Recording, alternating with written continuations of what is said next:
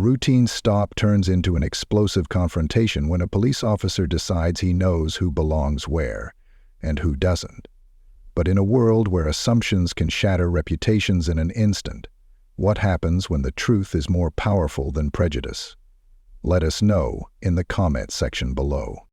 Chelsea Rhodes stepped into the small convenience store, her boots making a solid tap against the tiled floor. She wasn't in uniform, just a simple pair of jeans, a fitted black t-shirt, and a navy zip-up hoodie. Nothing flashy, nothing that screamed authority. She only needed a bottle of water and maybe an energy bar before heading home. It had been a long day, and she wasn't in the mood for conversation.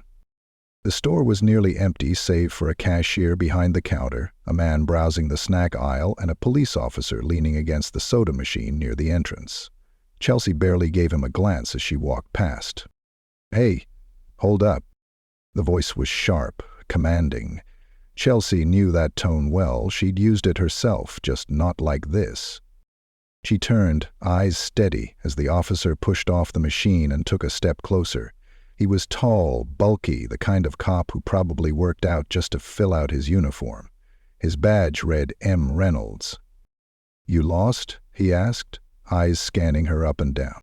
Chelsea let out a slow breath. She knew exactly where this was going. "No," she said, keeping her tone even, "just grabbing something real quick." Reynolds folded his arms, smirking like he had her all figured out. "You sure about that?" The cashier, an older man with graying hair, shifted uncomfortably behind the counter. The guy in the snack aisle suddenly became very interested in a bag of chips. Chelsea had seen this too many times before. The way a person's presence was questioned simply because of how they looked. She met Reynolds' gaze without flinching. "Is there a problem, officer?" Reynolds scoffed, shaking his head. "Yeah, there is. I've seen this before. Someone walks in, pretends to shop, waits for the right moment, then bam, register's empty and they're out the door." Chelsea felt something cold settle in her stomach, but she kept her expression unreadable. "That what you think I'm doing?" Reynolds took another step forward. "You tell me." Chelsea glanced toward the cashier. "You want to tell him or should I?" The old man swallowed hard. He looked nervous, like he wanted to intervene but didn't know how. His fingers tapped lightly against the counter. Reynolds chuckled. "Tell me what?" Chelsea exhaled through her nose, shaking her head slightly. She knew what was coming next. Reynolds pulled out his radio, pressing the button with unnecessary force.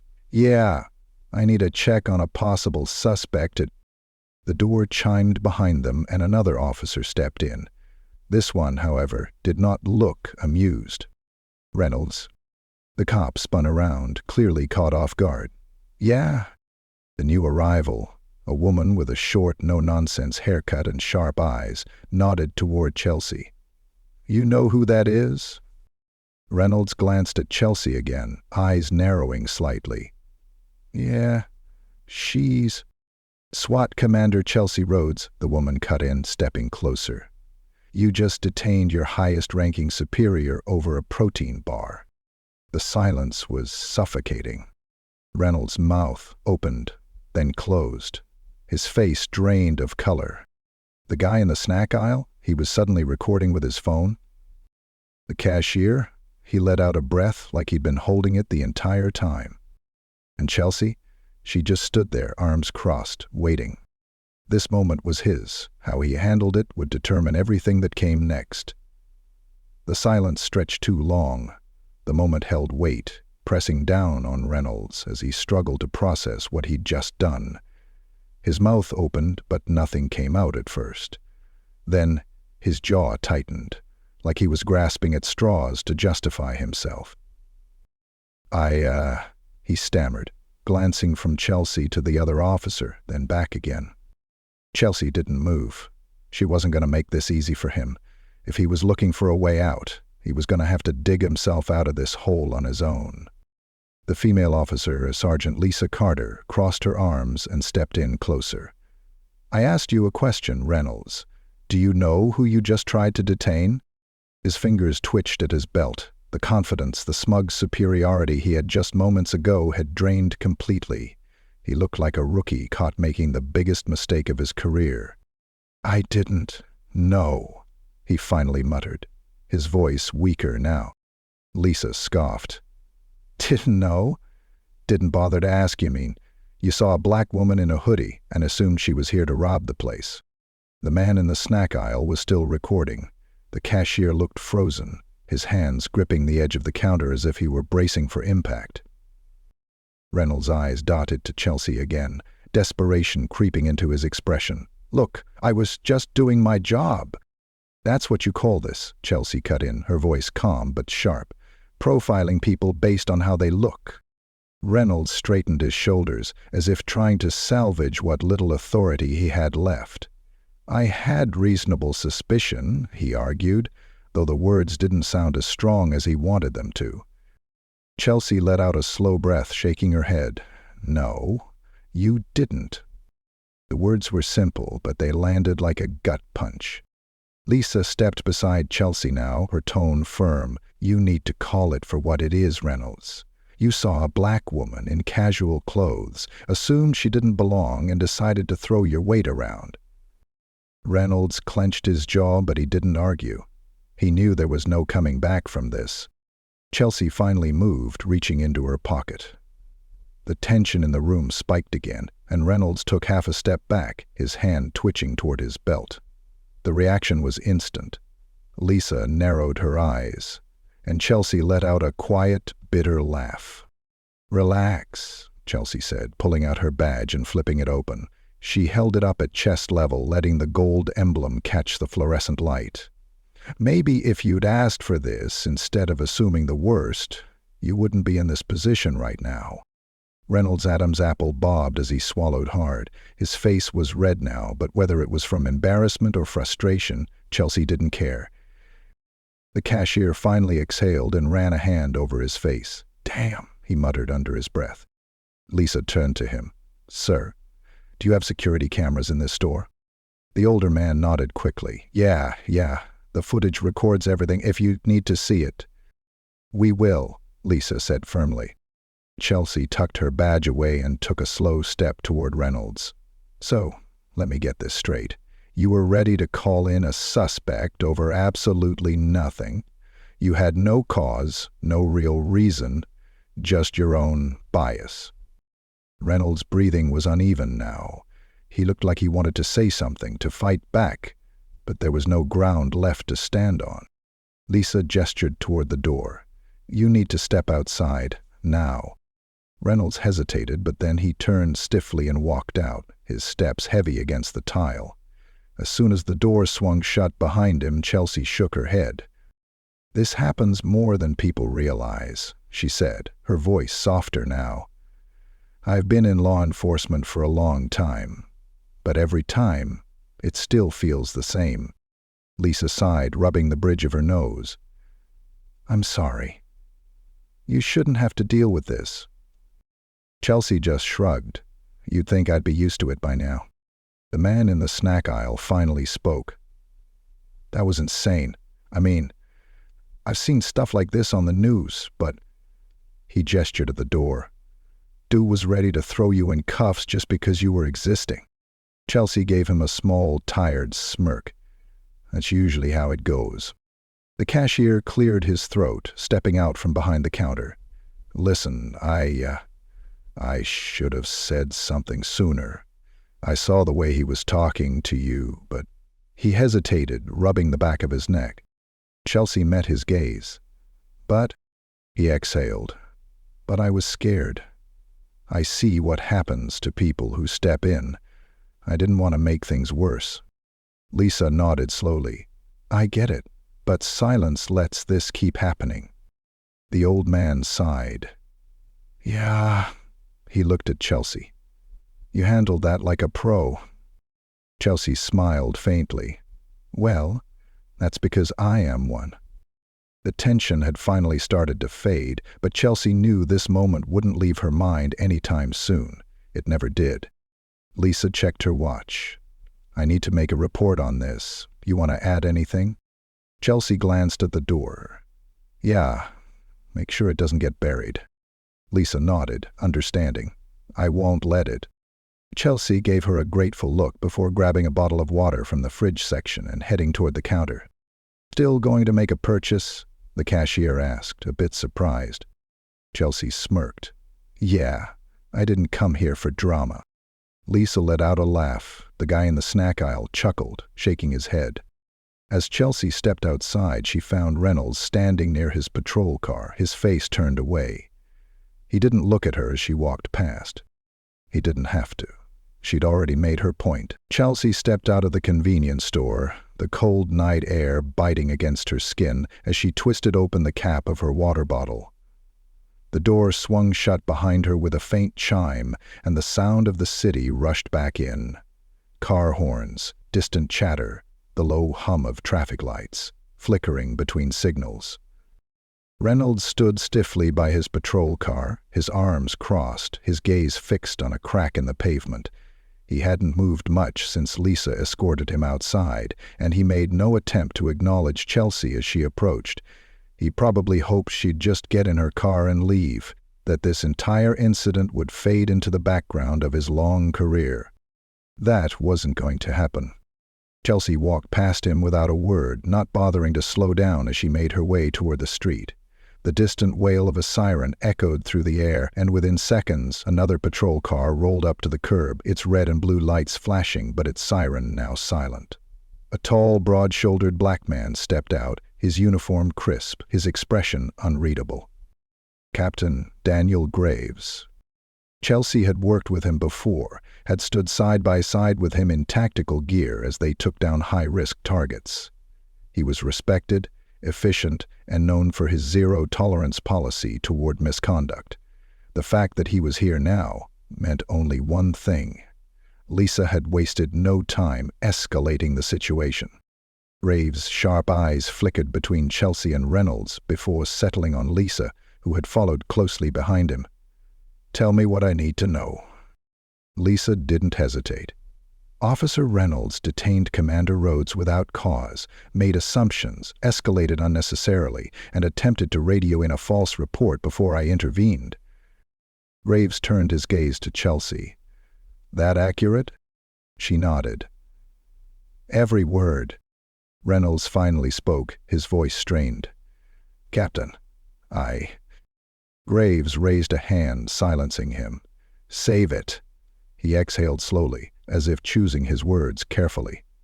"You see this woman standing in front of you?" Reynolds nodded stiffly, his throat bobbing. She's one of the highest-ranking tactical officers in the state. Runs entire SWAT operations, has led some of the most dangerous raids in this city, and holds more commendations than half the damn department. You know what that tells me?" Reynolds didn't answer. Graves stepped closer.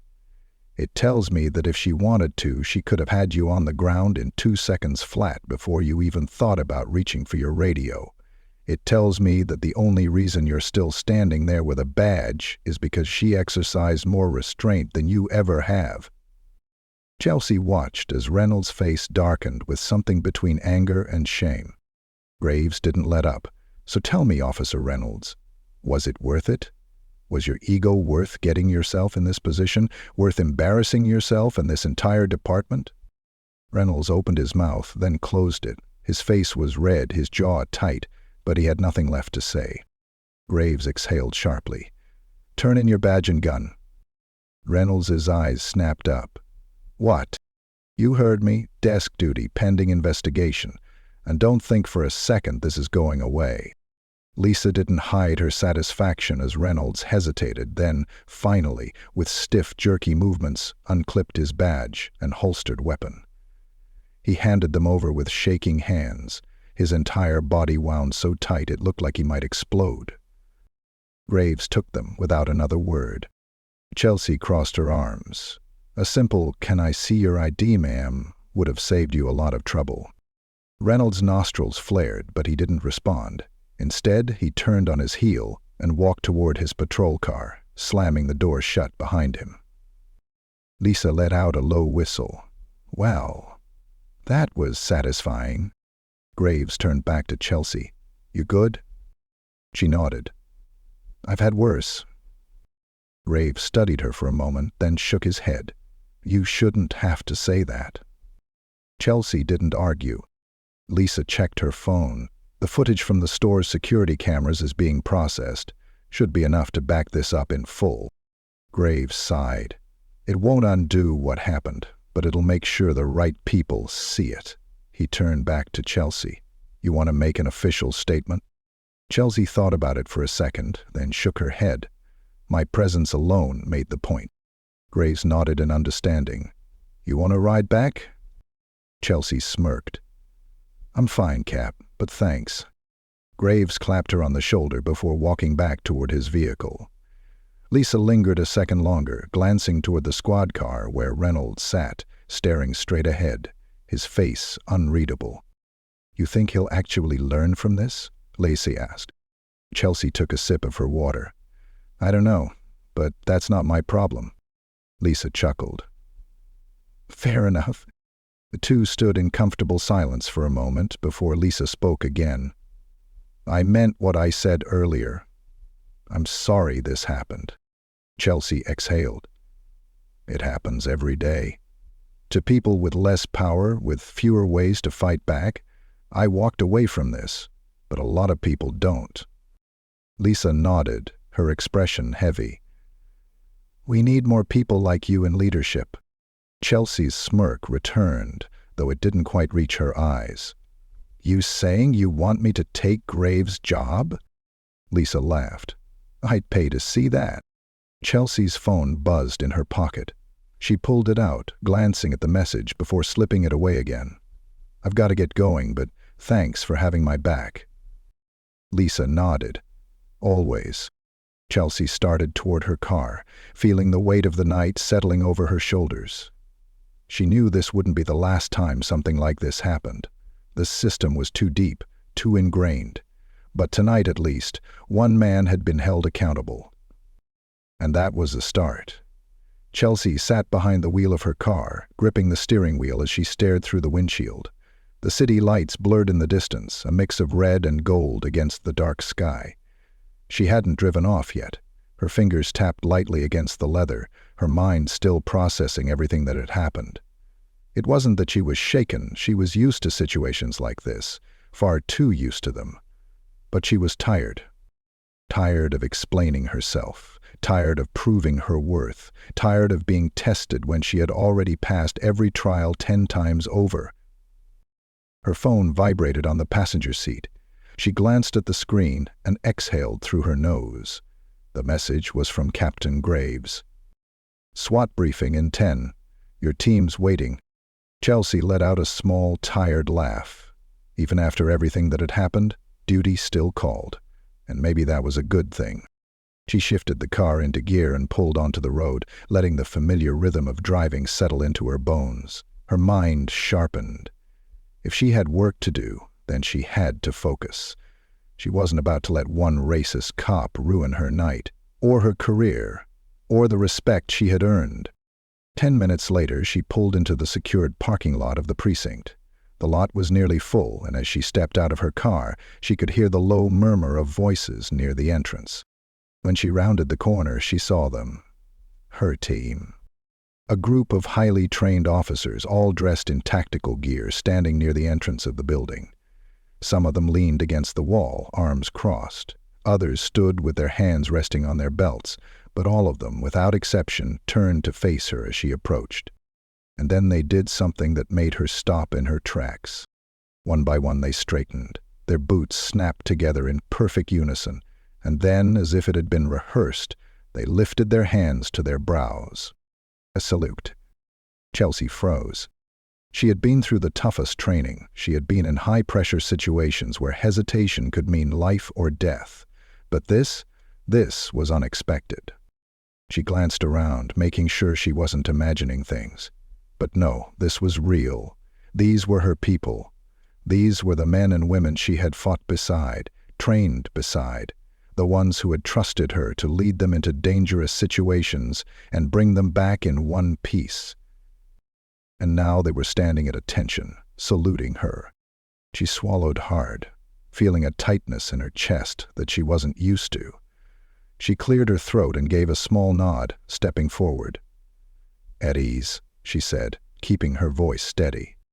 They relaxed slightly, but their eyes never wavered. Graves stepped forward, a small smirk on his face. "Figured we'd remind you who you are." Chelsea shook her head, a slow smile tugging at her lips. "I didn't forget."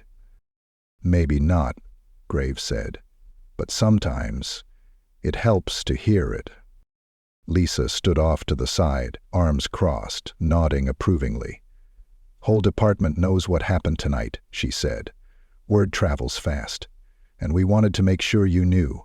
Your real team stands with you." Chelsea exhaled, scanning the faces around her. These were the people who mattered, not Reynolds. Not the ones who doubted her the second she walked into a room. These were the people who knew her name before they knew her face. She let out a small chuckle. "You all are making a big deal out of this." "Damn right," one of the officers, Martinez, said. "You think we're going to let some rookie disrespect our commander and not say anything? Hell no." Another officer, Diaz, nodded. "You've earned too much for this nonsense." And we figured a reminder was in order. Chelsea let the moment settle, feeling the warmth of it, the weight of their support.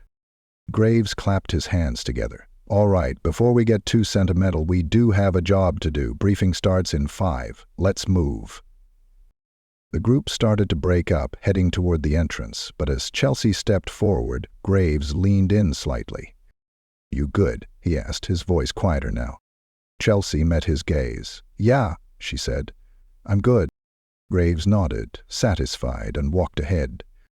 Chelsea took a deep breath before following them inside, her head high, her steps steady. She knew this wasn't the end. There would be more battles, more challenges, more people like Reynolds who would question her right to be where she was.